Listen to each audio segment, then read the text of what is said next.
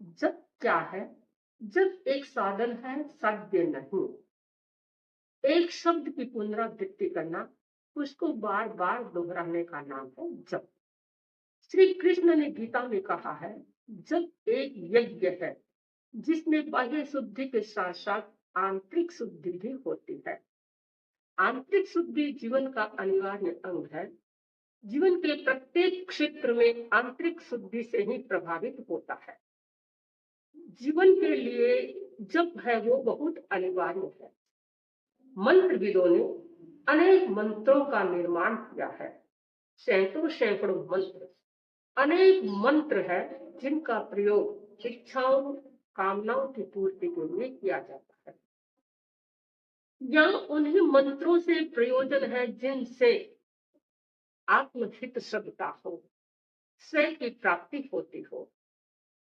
इष्ट मंत्र का जब हम प्रयोग करते हैं तो उसके साथ दो बातों का ध्यान रखना जरूरी है। पहला, कि मंत्र एक अक्षर वाला है, दो अक्षर वाला है या तीन अक्षर वाला। दूसरा, उस मंत्र यदि मंत्र एक अक्षर वाला है तो श्वास प्रश्वास की गति के साथ उसका पुनरावर्तन किया जाए, उसका जप किया जाए। यदि मंत्र दो अक्षर वाला है तो श्वास लेते समय श्वास भीतर जाए, ऊपर की ओर जाए, तब बोलना सो, और जब बाहर की ओर आए तो बोलना हम सो हम। जप के तीन प्रकार हैं, वाचिक जप, उपांशु जप और मानसिक जप। वाचिक जप वह है जिसमें मंत्राक्षरों के साथ जप करता उच्चारण तेज गति से करता है, जिसको हर व्यक्ति सुन सकता है। इससे नए साधक को बहुत सफलता मिलती है और चित्त की एकाग्रता में भी यह बहुत सहायक बनता है। शब्द और अर्थ के साथ चित्त वृत्ति को जोड़कर मन की चंचलता पर काबू पाया जा सकता है। उपांशु जप वह जप है जिसमें मंत्राक्षरों के साथ उच्चारण करने वाले साधक की आवाज को हम नहीं सुन सकते। साधक इतना धीरे बोलता है कि होठ और जीभ दो वस्तुएं ही हिलती दिखाई देती है। इसके अतिरिक्त उपांशु जप में साधक अपने इष्ट मंत्र का किसी को पता तक नहीं लगने देता, और बहुत सारी गुरुओं की ये हिदायत होती है कि अपने इष्ट मंत्र को किसी को बताना नहीं चाहिए। तीसरा जप का प्रकार है मानसिक जप। मानसिक जप की स्थिति तब होती है जब व्यक्ति में वाचिक और उपांशु जप की स्थिरता प्राप्त हो जाती है। यह मन ही मन किया जाता है, और इसमें जब एक साथ भी तीनों प्रकारों से किया जा सकता है। जब वाचिक जप से मन थक जाए तो उपांशु जप का सहारा लो, उपांशु जप से थक जाए तो मानसिक जप किया जा सकता है।